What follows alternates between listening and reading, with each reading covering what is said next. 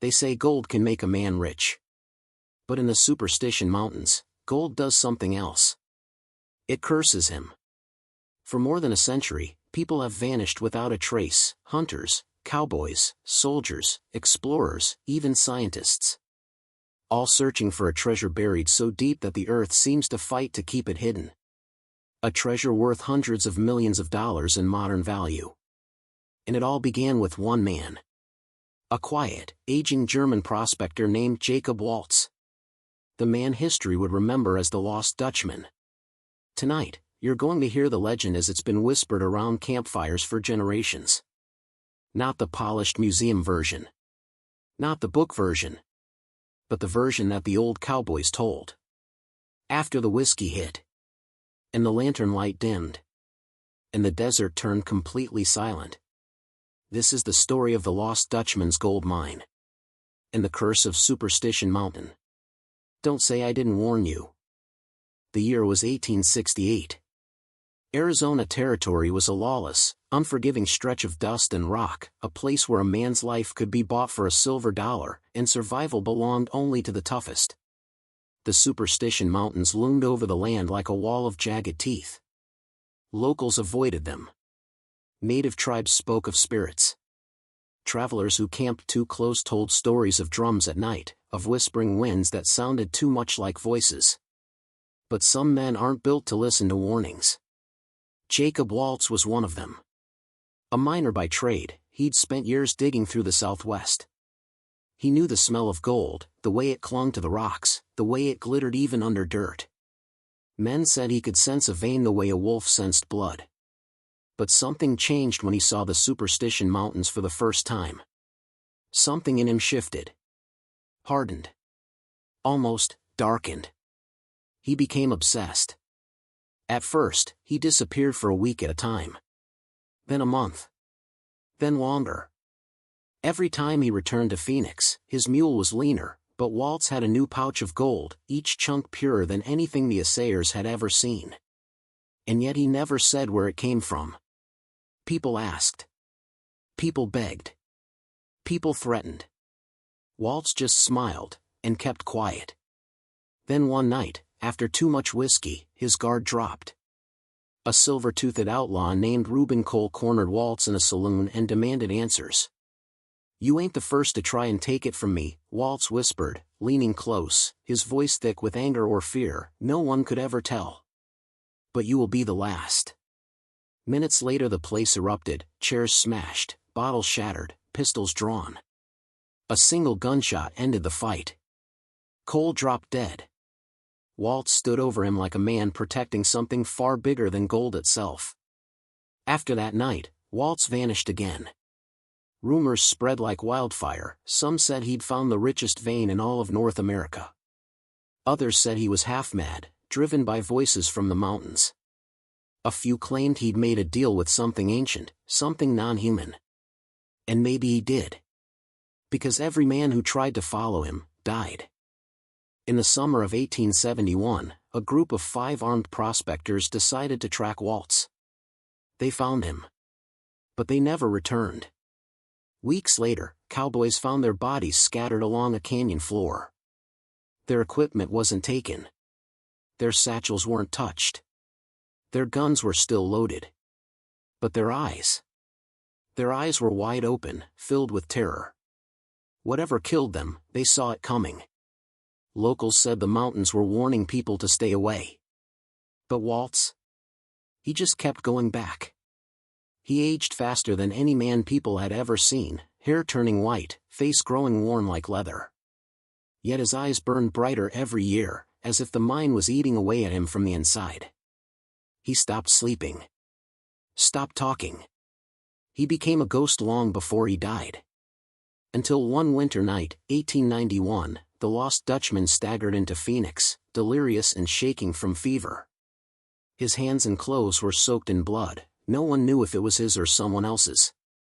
He collapsed in the home of Julia Thomas, a local woman who had shown him kindness through the years. Waltz was dying. And for the first time, he told the truth. Or at least, something like it. As Julia leaned close, Trying to make out his whisper, Waltz gripped her wrist with surprising strength. "Don't go after it," he rasped. "You'll want to. You'll think you deserve it. But the mountain don't let nobody take what's hers." Julia asked him where the mine was. Waltz stared through her like she wasn't even there. "You'll hear voices," he whispered. "And you'll see things. They're not real. But they can kill you all the same." He pressed a small, weathered pouch into her hand. Inside were rough gold chunks, impossibly pure, enough to buy a ranch 10 times over. Julia begged him for directions. She begged him to tell her the truth. Waltz hesitated. His lips trembled. His eyes filled with something she had never seen in the man. Fear. Then he whispered the first clue. Waltz's voice was barely audible, but Julia hung on to every word. "Follow the river east of Weaver's Needle," he whispered. "Look for the stone shaped like a praying man. When the shadow touches the cave, the gold will show you the way." He coughed, thick, wet, painful. Blood stained the blanket around him. But he wasn't finished. "Don't cross the canyon at night," he added. "Whatever you hear, don't answer it." Julia asked him why. Waltz stared at the ceiling, eyes wide, as if he were reliving something from his past. "You can't trust the mountain," he answered. "And you can't trust yourself." His grip loosened. His breathing slowed. And with a final trembling whisper, Jacob Waltz, the Lost Dutchman, left the world. She always takes back what's hers. Then everything went still. Outside, the desert wind howled like a living thing. Inside the room, Julia Thomas realized she was holding the last known map to the richest mine on the continent. But she didn't feel blessed. She felt hunted. Julia didn't go alone. She couldn't. Within 2 days she had gathered a small team. Tom Carver, a rugged cowboy and expert trail guide. Elias Boone, a Civil War veteran with nerves of steel. Matthew Harlan, a young, eager prospector blinded by the promise of fortune. They left Phoenix at dawn, packing enough supplies for 2 weeks. As they rode toward the mountains, the loneliness of the desert swallowed the world around them. No birds, no wind, no sound but hoofbeats. The Superstition Mountains rose in the distance like jagged ruins of a fallen kingdom. Tom muttered, "Never trusted this place. Nothing out here grows right. Nothing's quiet for no reason." Elias kept a flask close, trying to drown memories only he could see. Matthew was the opposite, excited, talking endlessly about how they'd be millionaires. Julia kept her eyes on the horizon. She didn't care about the money, not really. She wanted purpose. She wanted something in life to feel like more than laundry, cooking, and survival. Finding that mine would prove she was more than life had told her she could be. On the 3rd night, they set up camp near Weaver's Needle, a towering rock formation that looked like the skeleton of a cathedral stabbing the sky. The fire crackled. Coyotes cried in the distance.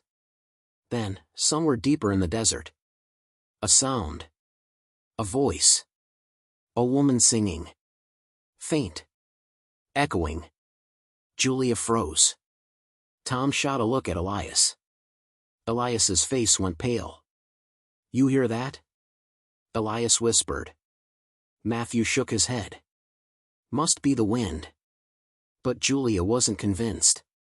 She listened harder, heart pounding, and heard it again. A soft tune, like a lullaby, coming from miles away. But something about it felt close. Too close. Tom threw sand onto the fire. "No one makes a sound. We don't answer it. We don't look for it. We don't split up." Julia swallowed. Waltz had warned them. "Whatever you hear, don't answer it." At sunrise they pushed deeper into the mountains. The ground turned sharp and unforgiving, red rock teeth jutting out from the earth. The trail narrowed. Horses slipped. Packs tore. Every step felt wrong, like the mountain resisted them. Hours later, they found it. A stone formation shaped exactly like a praying man. Just as Waltz described. And beyond it, a narrow canyon. Elias spotted something on the ground, boot tracks. Fresh. Not theirs. Someone else was hunting the gold. Tom's voice turned dark. The living are more dangerous than the dead out here. They pressed forward anyway. The canyon walls rose high above them, blotting out the sun. Their horses refused to enter, shivering, eyes rolling wild, so the group continued on foot. Halfway through, Julia stopped. She felt something watching them. Not an animal. Not a person. Something old. Something angry. The wind died. The world went silent. Then, a scream. The group spun around. Matthew was gone. His torch lay on the ground, still burning. Elias sprinted back the way they came. Matthew. Matthew. But Tom tackled him to the dirt. You answer that scream and you're dead. Elias fought him, furious, terrified, but then another sound echoed down the canyon. Footsteps, running toward them. Heavy. Fast. Echoing off the walls. Tom grabbed his rifle and aimed. The torchlight trembled. Something was coming. The footsteps reached the mouth of the canyon, and then... nothing. Silence. No Matthew. No attacker. Just darkness. Elias whispered shakily, "This place ain't right." Tom didn't disagree. They turned back, shaken, and set camp outside the canyon, none of them talking. No one slept. At some point during the night, Elias got up and stared into the darkness, expression blank, like something was calling to him. Julia pulled him back to the fire. He blinked, confused, as if waking from a nightmare. The next morning, they climbed the ridge above the canyon. Below them, hidden in the stone face of the cliff, they saw it. A cave. Barely visible, but exactly where Waltz said it would be. And when the rising sun hit the cliff, the shadow of the praying man rock stretched out across the desert and pointed directly at the cave. Julia gasped. Tom fell silent. Elias crossed himself. They had found it. They climbed down carefully, heart pounding, rocks loose beneath their boots. The entrance was narrow, more like a crack than a tunnel. They squeezed in sideways, the only light coming from their torches. The deeper they walked, the stronger the smell of dust and minerals became. Then the tunnel opened into a chamber. Their torches reflected something glowing faintly in the dark. Gold. Not flakes. Not dust. Solid veins. Thick as tree roots. Running across the chamber walls. The Lost Dutchman's mine. Elias broke first, laughing, sobbing, practically falling to his knees. We're rich. Do you understand? Rich. Tom began filling his sack with ore, hands shaking in disbelief. Matthew, gone. The warnings, ignored. The curse, forgotten. Julia didn't take a single piece. She stared deeper into the mine, and something inside her twisted. This didn't feel like a reward. It felt like a trap. Then she noticed something on the ground near the back wall, half buried in dust. Fabric. The ripped sleeve of a shirt. Matthew's shirt. Elias followed her gaze and froze. The laughter stopped. Tom shone his torch deeper into the mine. Just enough to reveal the faint outline of something dragging marks across the floor, as if something heavy had been pulled away. Julia backed away from the wall. We have to leave. Elias clutched his filled pack to his chest. Are you crazy? Look at this place. Tom didn't look up from the gold. This is what we came for. Julia shouted, this is what Waltz died for. Don't you remember what he said? The mountain takes back what's hers. Tom growled, this ain't a curse. It's opportunity. But even he didn't sound sure. His greed was wrestling with his fear. Then, a distant sound echoed through the mine. Wood, cracking. Rock, shifting. Like the earth itself was moving. Elias stiffened. We need to get out. Now. They raced for the exit. The tunnel began collapsing behind them, boom, dust filled the air, rocks smashing down inches from their skulls, the mountain trying to swallow them whole. For one terrible second, Julia slipped, hand torn on a jagged stone, but Tom hauled her out by the arm. They burst out of the cave just as the entrance collapsed completely, sealing the mine behind tons of rock. Elias stared at the buried treasure in shock. "No, no! God, no!" Tom just breathed hard, collapsed to the ground, clutching the sack of gold he'd managed to grab. Julia didn't rest. She scanned the ridge behind them. Someone was up there. A silhouette. Standing perfectly still. Watching. Then, it disappeared. They camped far from the cave, too shaken to speak. No one laughed. No one celebrated. The weight of the gold sacks suddenly felt like the weight of coffins. As night fell, another sound drifted through the desert. Singing. The same voice from before. But this time, closer. And this time, not alone. There were more voices. Dozens of them. Men. Women. Children. Harmonizing softly. Like a funeral hymn.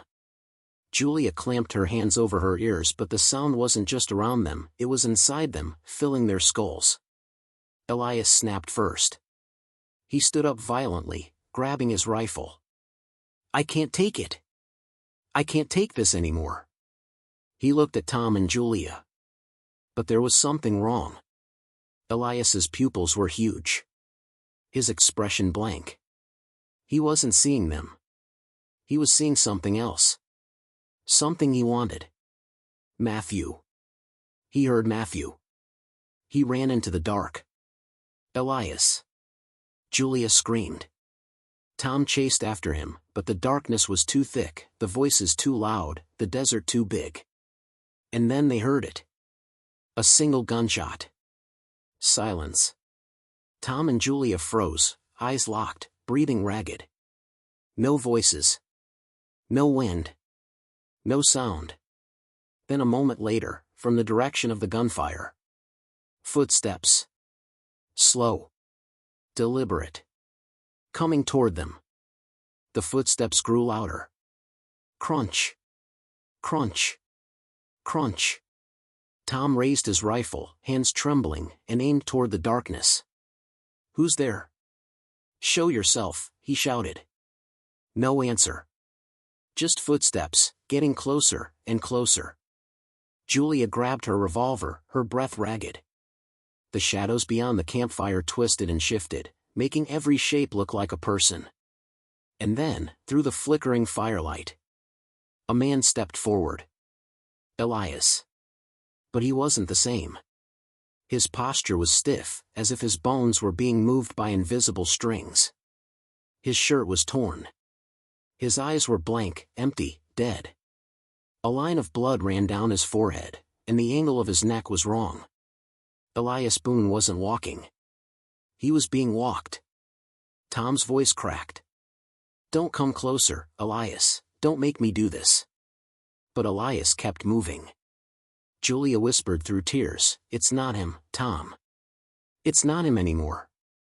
Elias reached the edge of the firelight, and stopped. Then, in a rasping voice that wasn't his, he spoke. "You shouldn't have taken it."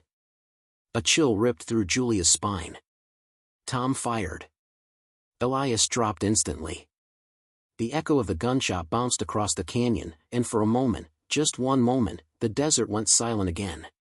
Then the voices returned. Not singing this time. Screaming. Men, women, children, hundreds of voices, shrieking in rage, agony, despair. The sound of 1,000 damned souls trapped beneath the earth. The fire blew out, as if smothered by unseen hands. Darkness swallowed everything. Tom grabbed Julia's wrist. "Run!" They sprinted blindly into the night, through rocks, brush, thorns, anything was better than what was behind them. The voices chased them, echoing from every direction, as if the desert itself had gone mad. They didn't stop until their lungs burned and their legs nearly gave out. By the time they collapsed near a dry riverbed, dawn had started to break. For a moment, it looked like the nightmare was over. But the nightmare wasn't done.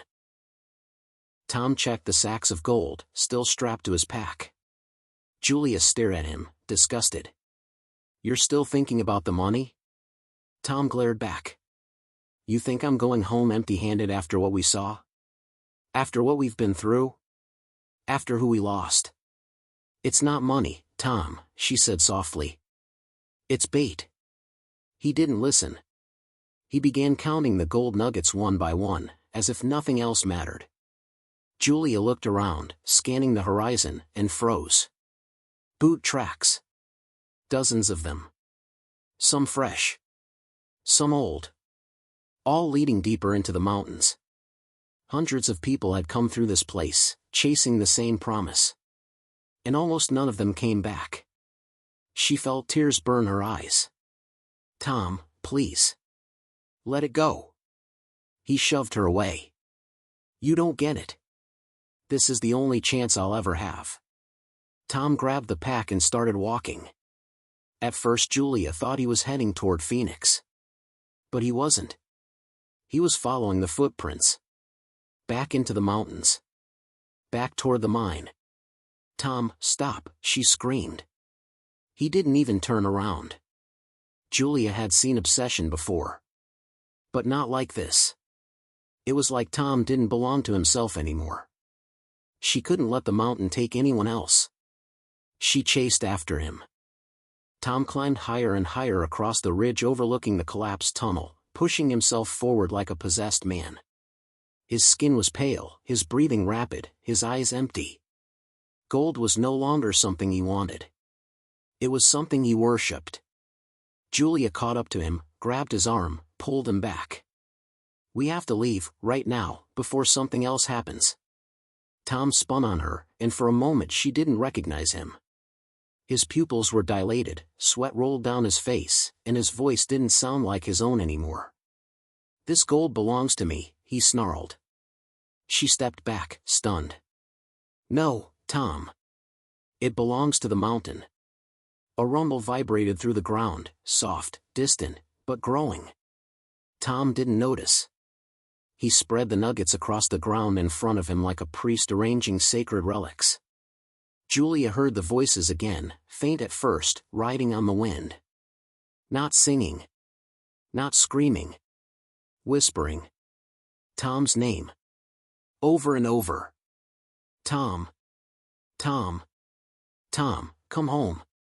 He smiled. "You hear that? They want me to stay, this is where I belong." "No," Julia begged. "They want you dead." The rumble grew louder, the rocks beneath their feet shifting. Pebbles rolled. Cracks formed in the earth. Julia realized what was happening. The mountain wasn't going to let anyone leave with its gold. "Tom, move," she screamed. He ignored her. The ridge split open beneath Tom's boots. He dropped to his knees just as the mountain claimed him, the ground collapsing into a chasm beneath him. Julia lunged, grabbed his hand, holding him with everything she had, their faces inches apart. "Let go of the gold," she cried. Tom looked down at her, tears in his eyes, and for a brief second the obsession broke. She saw the man he used to be. He whispered, "I can't." The ridge gave way. Tom fell, still clutching the gold, disappearing into darkness. The earth sealed behind him. Gone. Just like all the others. Julia crawled backward, sobbing, shaking uncontrollably, staring at the place where Tom had been just moments before. The wind screamed, the voices howled, the mountain roared. Then, suddenly, everything stopped. Silence returned. The desert became still. The curse had collected its debt. Julia didn't remember running. She didn't remember the miles back to Phoenix. She only remembered reaching the edge of town, collapsing in the dirt, and waking up days later in a doctor's bed. The sheriff questioned her. She told him the truth. Every word. He didn't believe a single syllable. No one did. Within a month, another group of treasure hunters rode into the mountains. None returned. The legend only grew. But Julia never went back. She opened a small shop, lived a quiet life, and never spoke of the gold again. Yet people said that some nights, long after the store had closed and the lamps were blown out, Julia Thomas could be heard crying softly. Not because of what she lost, but because of what she survived. More than a century has passed since Julia returned from the Superstition Mountains. But the missing people haven't stopped. Every year, hikers vanish. Most are never found.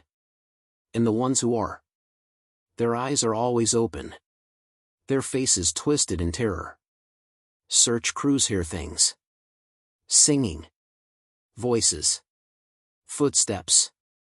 And sometimes, when the wind blows just right, they say you can hear a man shouting from deep within the canyons. Still digging.